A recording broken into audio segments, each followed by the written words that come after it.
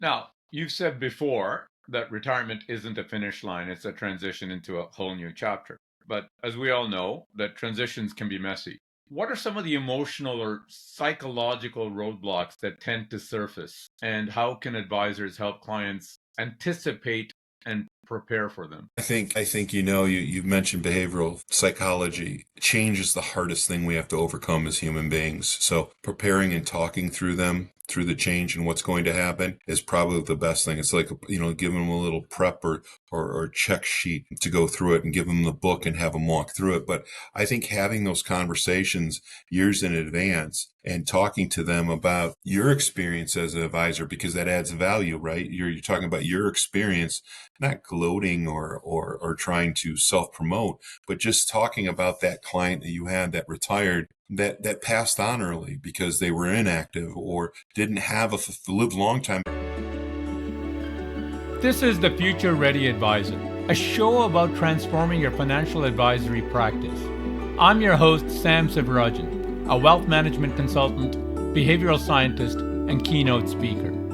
In this podcast, I dive deep into the real challenges advisors face and bring you insightful conversations with top industry experts. Together, we'll explore practical strategies grounded in behavioral science to help you better serve your clients, optimize your time, and build a future-ready practice. Hi, everyone. I'm your host, Sam Sivarajan. Welcome to today's episode of the Future Ready Advisor. Today, I'm joined by John Kailunas, a wealth advisor and now author, speaker, and retirement mentor who brings a fresh lens to one of life's most important transitions. John spent decades in the financial services industry helping clients build, preserve, and transition wealth. But over time, he noticed a troubling pattern. Clients who had all the financial pieces in place were still floundering in retirement. They had the money, but lacked a mission. That realization led him to a new chapter of his own, helping people discover what gives them meaning after the paychecks stop. He's the author of the new book, Mission Retirement, a thought-provoking guide to a purposeful and fulfilling future, where he shares practical tools and insights to help people prepare, not just financially, but emotionally and psychologically for this major life change. John, welcome to the show. Sam, thanks for having me. I'm excited to be here today. I'm excited. I think this is a timely conversation. I think this idea that retirement isn't just the end of a road, but at the beginning of a new one, and that perhaps that we might not be as prepared as we think we are, I think is a key conversation that's needed in today's time and age. So I'm excited about this discussion. Now, John, you've had a long and successful career as a wealth advisor. You still do. What made you pivot toward the lifestyle and purpose side of retirement and ultimately write the book Mission Retirement? I'm getting old, Sam. So So are we these all? are when I start looking at my next chapter down the road to retirement, I realize that we all work 30 to 40 years to get the income, to get the means, have the finances, the liberty Mhm. to retire. But we don't spend a lot of time, and at least most people aren't spending enough time planning out what they're going to do. And when you look at it, the average age is roughly around 80 years. If you retire at 66, 65, you're going to spend a lot of years in retirement. And what we're finding statistically is that people are spending their retirement years lonely. And when I found that out, it was sort of shocking to me. And I wanted to make sure that as a financial advisor, we've got all the science, right? The standard and deviation, the alpha, beta, we're going through your mortality, all of that. We're doing all the science, all the math.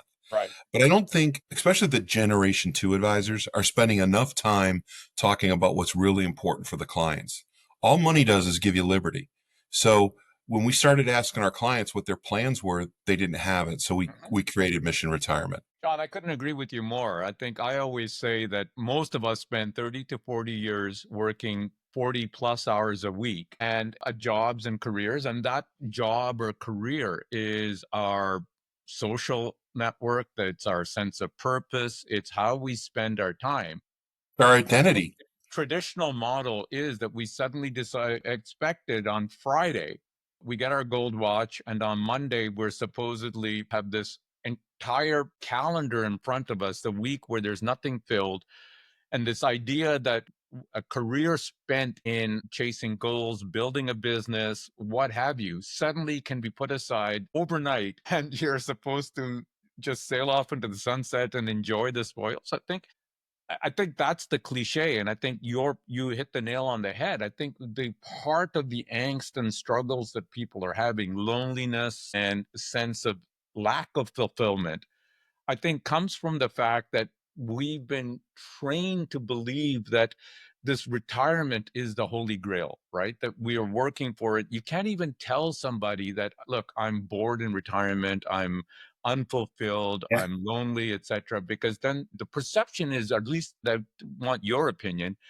I think the perception for a lot of people is that there's something wrong with me. Everybody is looking forward to retirement. I can't go tell somebody that I'm bored, I'm unfulfilled, I don't know, I've lost the sense of purpose, etc. Because the problem is with me, and it's not with the expectations of how retirement's been positioned. Yeah, and if somebody isn't in retirement and you say that to them, you're going to seem very odd because that's everyone's goal is to retire happy.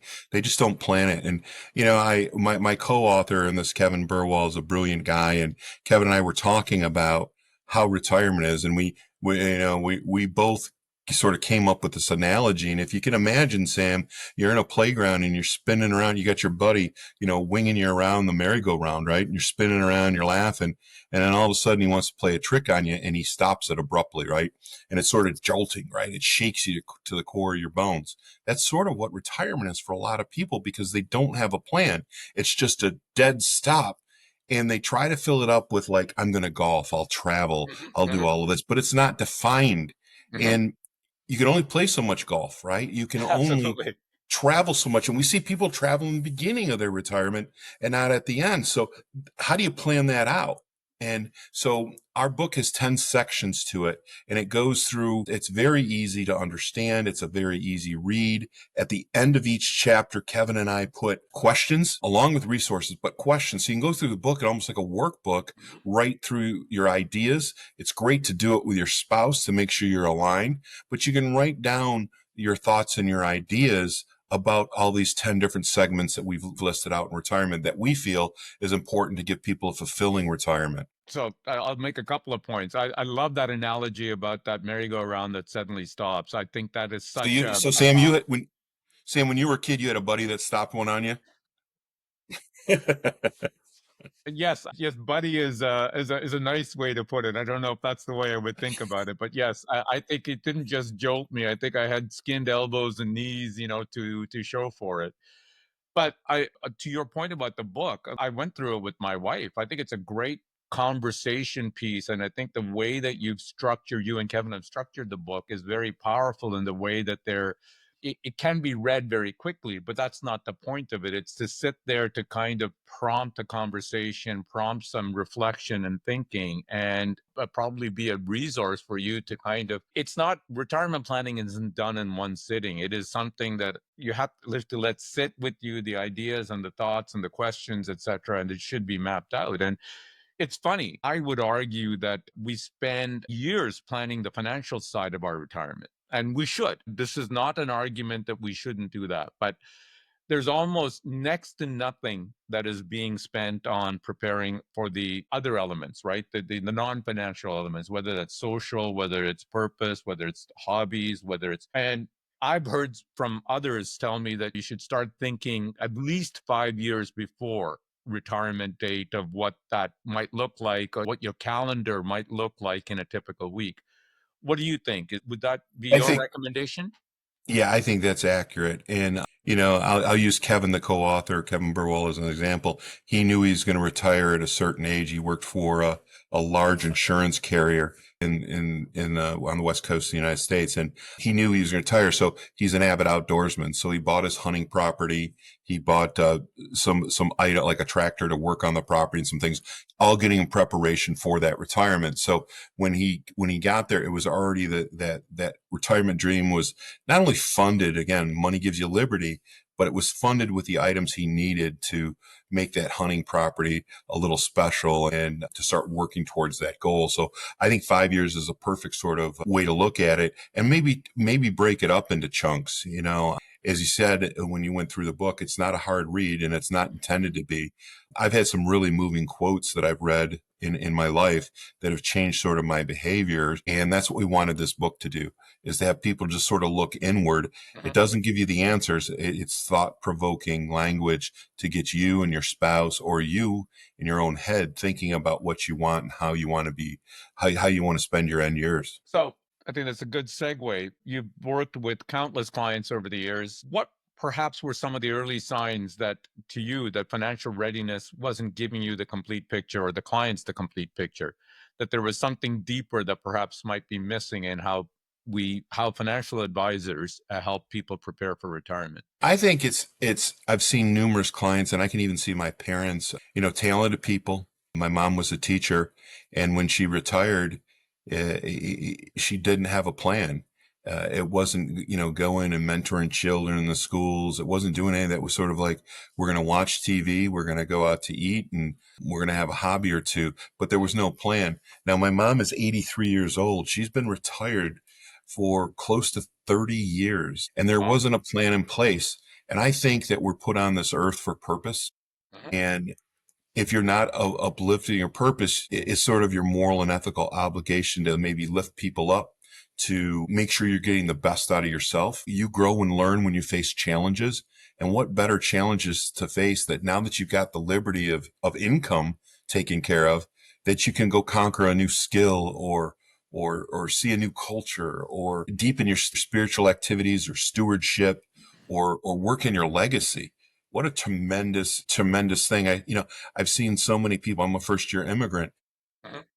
first generation immigrant, and wanted my mom to sit down with my children and to go through her journey, right? So we could document it. But she just didn't have an interest to do that. That's nothing against my mom. It's just that's the way she wired. And I started looking at other clients, and I was seeing the same thing. And what I was seeing with a lot of the clients, especially male clients, without a purpose, the deterioration of them physically and mentally was very quick. Within 2 to 5 years of retirement, I'm doing death claims on my book of business by somebody when they were working, were healthy Mhm. and they had vitality, and without a purpose, they didn't. And they slowly started to retract from family, friends, society, Mhm. and then, perished. And I think there's so much talent in these older generations that we're missing as a society. I feel that with this type of book, if they dig a little deeper in themselves and what they want to do, they could plan out a hell of a retirement and really touch people that they care about in their lives. Yeah, I think every advisor listening to this episode can relate. They've all had clients that went through that exact path that you talked about. And related to this idea of purpose, I think, is this concept of identity, right? And we touched on this, that so much of our purpose and social life is tied to our work, for example.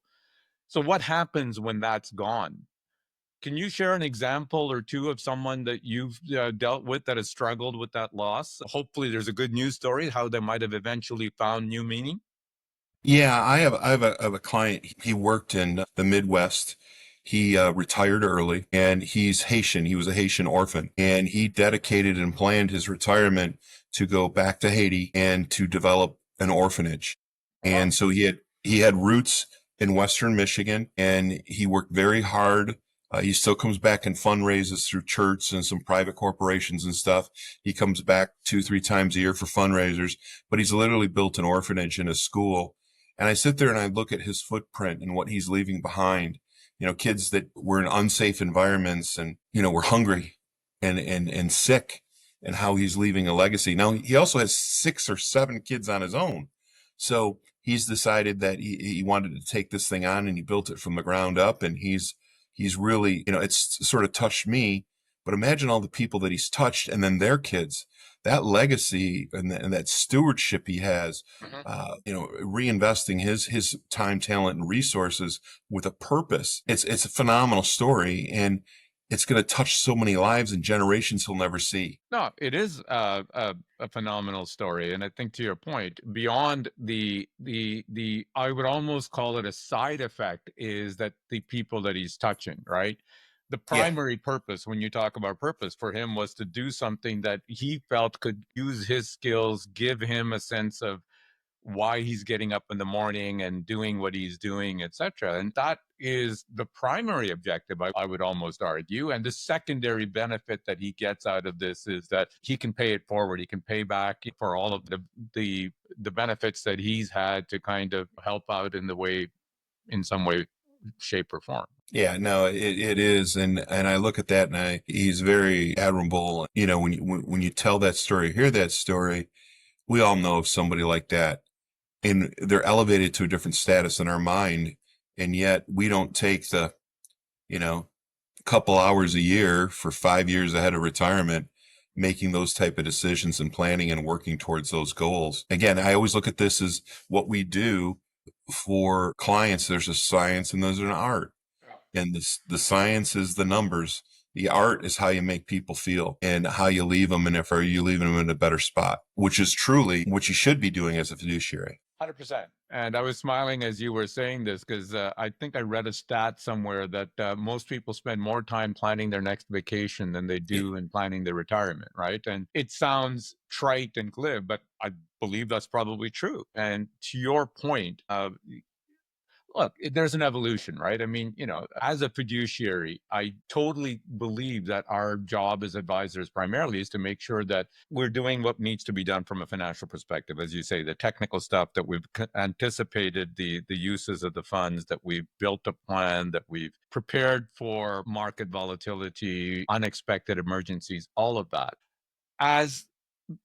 As the world has evolved, as these industries evolved, as clients' lives have evolved, and we're living longer post-retirement, I think that the nature of an advisor's work has to evolve as well. And I think that's exactly what you're saying, that we need to be that, call it retirement coach or life coach, et cetera, to be able to, you're not going to find them a hobby, you're not going to find them a purpose, but I do believe that it's incumbent upon us, if we are the advisor of the future, to help that client think through some of these issues that they may not be thinking through on their own. Yeah, and I'll take it one step further, and I think you summed it up perfectly there, but I'll add one other caveat. If there's a financial advisor listening and they're not doing this type of work, they're in a race to bottom for costs. And there's so much AI coming, and there's so much, people can go in a portal with Vanguard and give them their life savings. If Yeah. you're not doing this type of, as I call it, art, or this type of discussions with your client, they can put all of their assets in a box and not deal with you. This is a value added. And I still have my own personal book. If I was going to go out and try to secure new clients, I would focus so heavily on this type of concept because it's adding a value that can't be duplicated without you and your team as the advisor. It just can't be duplicated. It sets you apart, and it makes your clients very sticky, and it builds deep relationships with them. So it isn't work anymore. You're talking to a friend about Right. finances or what they want to do. No, that's a great point. It's what I call the human touch, right? I think Yeah. you bang on that. Everything else, the technical stuff is important. And a few years ago, people kind of prided themselves and set themselves apart on their stock picking ability or their asset allocation ability, et cetera. And AI can do that, or is pretty soon at the point where it can do that, right? So I think the only way that your sustainable competitive advantage, to use business school talk, is your human touch. If you help somebody visualize their dreams and put them into place, how is anybody going to compete against that? 100%. You own that relationship. You own the client. You've created a pathway for them that no other advisor has done or tried to do. It's really the next evolution of advice, and it's getting them to really get in touch with who they are and to think things out and to go through these 10 steps. And you're saying we talk about there's 10 steps in the book. They don't have to do all 10. They're not hard by any means, but maybe there's two or three that just jump out and they want to work on those. That is a great starting point, right? And that starting point will help them launch into other things and give them purpose. But when we're reading these statistics, and they're all in the book, about loneliness, or they're Mhm. spending 10 to 11 hours a day relaxing or watching TV. Mhm. What a waste of some of the talent, the institutional knowledge we have with our seniors. What a waste of resources that could make the world a better place, and in turn make their lives a better place. Or even if they don't have an altruistic point, making their own lives better for their family. It's just a tremendous resource that we're wasting because we're not thinking it through. Look, I would say that and that's assuming that the 11 hours that's on television is actually television you enjoy. And I think that's based on, even with all the streaming services, I've got all these streaming services and I can't find anything I really want to watch. So I think to your point, I like the idea of starting small. There's a book by a behavioral scientist, B.J. Fogg, called Tiny Habits. And his whole point is he gives us an example that if you hate flossing your teeth but it's you realize its importance, he says start by flossing one tooth and you do that for a few days and that's all it is. It's 2 seconds work that you have to do, but after about a week of doing that you suddenly say to yourself that I'm here, I might as well do a couple of more teeth, right? And so you do a couple of more teeth, and by a few more weeks of that, then you're suddenly flossing your entire mouth, etc. It's this buildup of tiny habits, right? And I think that's exactly what you're suggesting. It's not, don't let the enormity of the task scare you from starting. Start with something small, whatever appeals to you or whatever is the low-hanging fruit, and then let nature take its course and evolve. It'll automatically start getting you to the next question or the next topic in your book, etc., that makes it relevant for them, right? You can give the book to your spouse and simply ask them, of the 10 things, what is something they want to focus in the retirement? And what a great starting point. Especially if you're a male, look at how you're incorporating and bringing your wife in these conversations and listening. We all get accused as husbands of not listening much. So what a way to involve that and you give the 10, and that's the starting point wherever your spouse wants to start, and start constructing your plan with what's important to them. And then you can start chipping away, like you said, tiny habits, the other chapters. And we're not talking long chapters, as you know, Sam, you've read the book. There's 7 to 10 page long chapters with some websites and stuff that you can go and research some of the concepts we talk about in the chapters. But there's also little places, and I think that's where the most important thing is there's little places, lines and spaces in which you can write your thoughts and your ideas. And then if you go to our website, there's a downloadable form, and you can just put it all in one, and it creates your own Word document, the beginning of your retirement Right. activities and plans. Now, I think you can probably agree with this comment that many advisors probably feel quite uncertain about how to open up and get into these more personal type of conversations, the softer conversations, if you will. What's your advice for advisors who genuinely want to support their clients in this type of thinking and conversations, but worry that they're stepping into unfamiliar territory?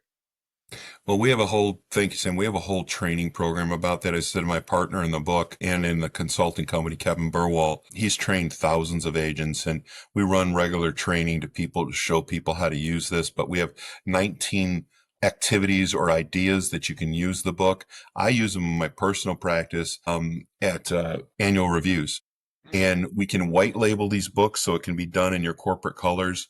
You as the advisor can write the forward, and then your mugshot's placed on the cover. So almost like an NIL deal, right? Your name, likeness, we can do the book in. But what a great gift to give your clients at renewals, or excuse me, not renewals, but reviews. Mhm. And then also, if you're doing seminars or you're doing prospecting meetings, what a way to sit down and start a relationship that's so dramatically different than any other advisor. That's great. Now, you've said before that retirement isn't a finish line, it's a transition into a whole new chapter. But as we all know, that transitions can be messy. What are some of the emotional or psychological roadblocks that tend to surface? And how can advisors help clients anticipate and prepare for them? I think you've mentioned behavioral psychology. Change is the hardest thing we have to overcome as human beings. So preparing and talking through the change and what's going to happen is probably the best thing. It's like, giving them a little prep or check sheet to go through it, and give them the book and have them walk through it. But I think having those conversations years in advance and talking to them about your experience as an advisor, because that adds value, right? You're talking Mhm. about your experience, not gloating or trying to self promote, but just talking about that client that you had that retired, that passed on early because they were inactive or didn't have lived a long time and didn't have a fulfilling retirement, and that you don't want to see that happen with them. And this is a way that you could work with them to make sure that that doesn't happen.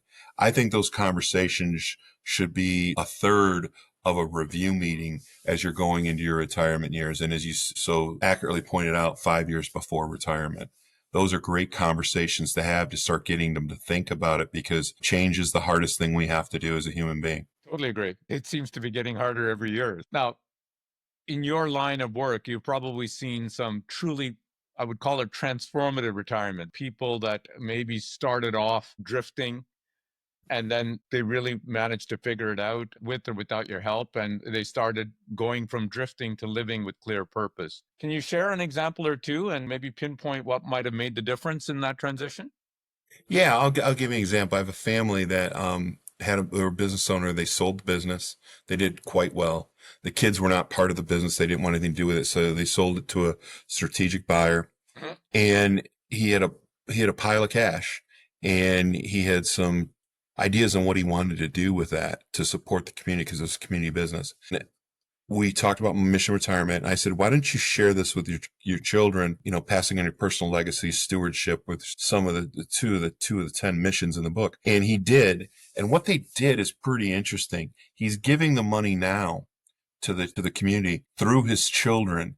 And what it's doing is allowing the children to really see what the values are for that mom and dad that Mm, raised them. Now mhm, they know it, right? But now it's seeing it in living mhm, person, and now they're part of it. So they do a pretty cool thing. They go out west skiing every year in the beginning of the year, and grandma and grandpa who have the funds pay for everyone to go to this pricey resort.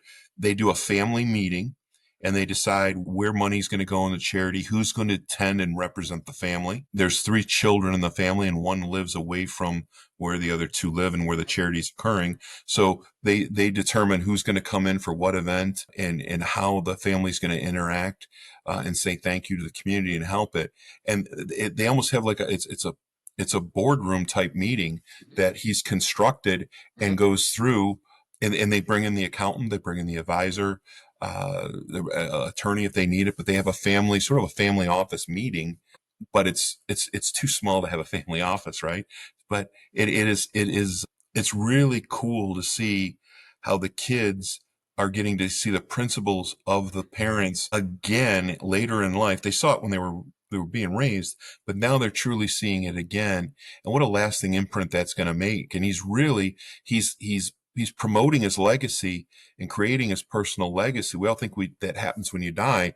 He's doing it ahead of time. And I just think it's a really cool way to touch the community, and to, you're running the business or the family like a business, but Mhm. you're also doing it for the benefit of other people to help promote your morals and your values in the community in which you made all the money.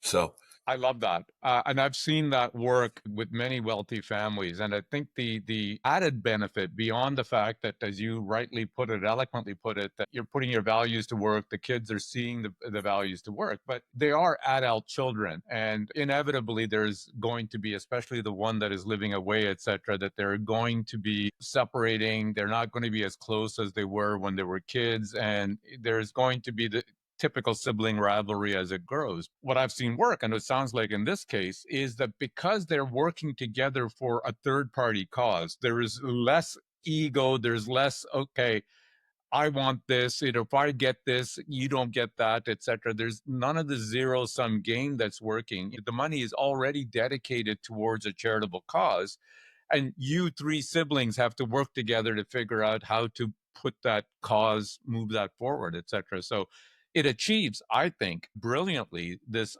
idea of both promoting the values, giving back, but also creating a closer relationship between the next generation. yeah, they also see if things are managed right, how it's going to be for the benefit of them too, because this gentleman decided to disclose all the finances and everything. And he really did it well. He did a really nice job. And, he's got they've got great children. They're all, successful and educated and their own rights. So, he's about 4 years into this. They look to it as a family retreat. The family retreat and a meeting, and they all come in on a Friday. They meet a Saturday morning in a boardroom, and then they ski Saturday, Sunday, and do a big Sunday dinner. And then Monday is an optional day. Sometimes they stay, sometimes they can't because of work obligations, the children. But yeah, then they take off on Monday. So it's a great getaway. It's in the calendar. It's the same weekend every month or every year, excuse me. So they plan all around it, and it's really sort of cool because it comes right after Christmas, about 6 weeks after Christmas, 4 weeks after Christmas in there. So, it's another way to get the family together. And it's just done very, very smartly. That's a great example, John. Thanks for sharing. Now, if an advisor is listening and thinking, okay, John's convinced me, I believe this really matters, but how do I bring this into my practice? What's the first step that you would advise they take to start integrating this softer side into their conversations? Yeah, thank you. I think the first thing they do is they set up a call with myself or Kevin Burwell. You can go to our website, which is Catalyst, the word Catalyst, the number 4 growth.org, catalyst4growth.org. You can go there, send us an email. We'll set up a time. We'll call, we'll learn a little bit about your practice. I've coached hundreds, if not thousands of advisors. So we'll find out a little bit about your practice, see if it works to implement something like this. And then we can go over how you can buy, you can buy this on Amazon if you just search Burwald, BERWALD, or my name, which is Kailunas, a little tougher, KAILUNAS, or Mission Retirement will pop up on Kindle or Amazon. But if you want to buy it in bulk, or what I said earlier, white label it, use that NIL deal, do the forward and everything. There's different prices, obviously, when you custom print it. So we'll cover those with you, see what it does. The whole process, if you decide to go ahead with it, takes about a month, and you can have, we do them in blocks of 100 books. And, you can have 100 books to give your clients and help deepen those relationships in your practice. That's great. So, John, we're coming to the end of our episode. So I have a few rapid fire questions that I ask all of my guests, if you're ready. I am ready. So, number one, professionally, what is the most important lesson you've learned over the years? Humility. Can you expand on that? I think in our business, the first tough years are hell. And then after that, you're underpaid the first 5 to 10 years after your career. And then after that, you're overpaid. And I think a lot of people I've watched and I've coached and I've mentored and have been in our broker dealer RIA, I've seen them get very arrogant and they miss the whole point of helping others and also being respectful to those that help them got to that space. Their head gets bigger than their talent, and it usually ends up in a bad space, either economically or individually in their family. They lose relationships. So I think humility is something, as you get more and more successful in this business, you have to really have a good handle on it. Love that, John. I couldn't agree with you more. And I would dare say that it probably applies in all fields, right? For all of us. Yeah. Etc. That we can never forget where we started, and that be grateful for what we got. We worked hard for it, but what was the original reason for coming into this, and are we still living that purpose? Right? What is one? Practicing gratitude around you, especially the people that support and help you, should be a daily occurrence. Too true. And in our rush and daily, I get it. We live in a hectic world and a hectic life. It's tough. If you're not consciously thinking about, it's like Mission Retirement. If you're not thinking about your retirement and planning it, if you don't think about gratitude and practice it, it gets lost. We have to be very deliberate with our actions. And I think that's a good general piece of advice for people. Like, we do so many things mindlessly, especially multitasking, etc. My wife always tells me that, and I've gotten better at it, but we lived 20 years ago where this idea that you could multitask and that's the way to do things was prevalent. But there's a lot of research, and that's a whole different topic. There's a lot of research that shows that you actually can't multitask. Whatever anyone tells you, it takes you 20 minutes to switch between one task to the other, and if you're re-switching back to the next task, etc., you don't really get any deep thought or deep work done. I am probably the perfect example, Sam, of doing that. We all Something are. I've got to work Again, on. That's something I'm I good. got to work on. As you're saying it, I'm thinking like, man, we might be married to the same lady because I get that told by my wife. I'm going to blame it on the fact that we're both approaching retirement, and so this was when early in our careers, this was what it was drummed into us that we can multitask, that you only need 4 hours of sleep, and all of that, etc. So it's not our fault; it's how we were, how we were trained. So Well, that was back in the day, right? Now the world's changed, and that's probably been a good positive thing of the evolution of the workplace. I would say so. So, and finally, what is one practical tip you would offer listeners keen on applying your insights? One practical tip is I mentioned it a little bit earlier here: be deliberate with your actions. Be deliberate in saying thank you to people, especially your clients. Do random acts of kindness.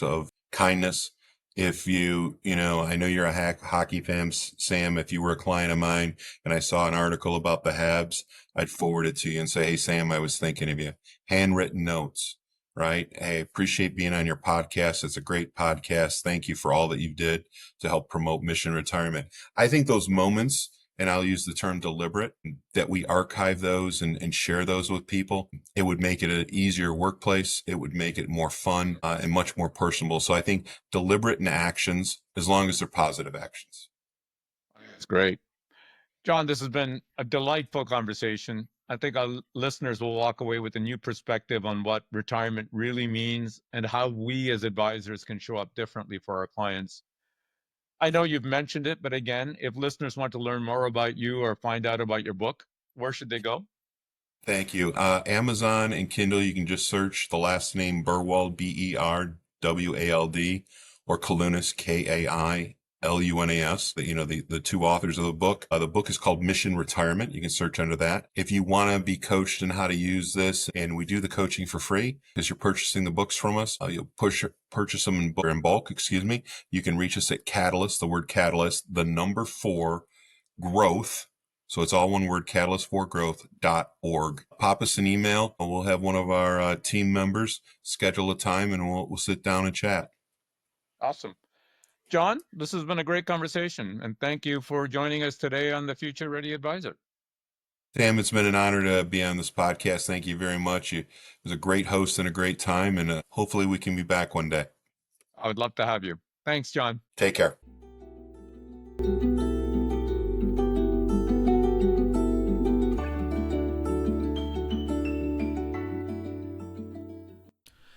In this episode of the Future Ready Advisor, I spoke with John Kailunas, wealth advisor and author of Mission Retirement, about why financial readiness alone isn't enough to create a fulfilling retirement.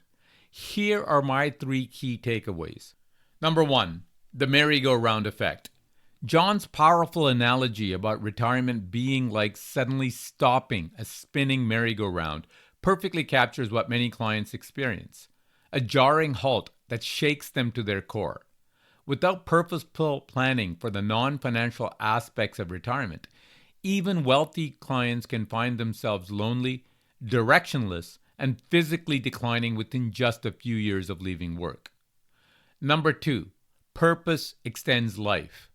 The most striking insight was John's observation that clients without purpose often deteriorate rapidly after retirement, with him processing death claims within 2 to 5 years for previously healthy, vital individuals. Conversely, clients like his Haitian orphan example, who built schools and orphanages in retirement, demonstrate how having a mission can create lasting impact while extending both life and fulfillment. Number 3, the evolution of advisory value. John made a compelling case that advisors who don't embrace these deeper conversations will race to the bottom for costs.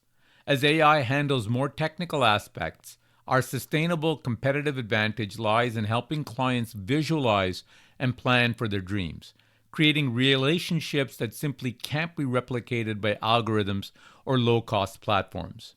The bottom line? We spend decades helping clients accumulate wealth. But if we don't help them discover what gives life meaning when the paychecks stop, we've only done half our job as fiduciaries. You've been listening to the Future Ready Advisor. If you enjoyed the show, please leave a review on Apple Podcasts or a rating on Spotify. or share your feedback wherever you listen. Be sure to follow the podcast so you never miss an episode. For more insights on how to keep your practice future ready, visit www.samsivarajan.com. You can find the link on the show notes. There you'll find free tools and resources, along with exclusive bonus content from these podcasts. Thanks for tuning in, and I look forward to sharing more strategies with you in the next episode.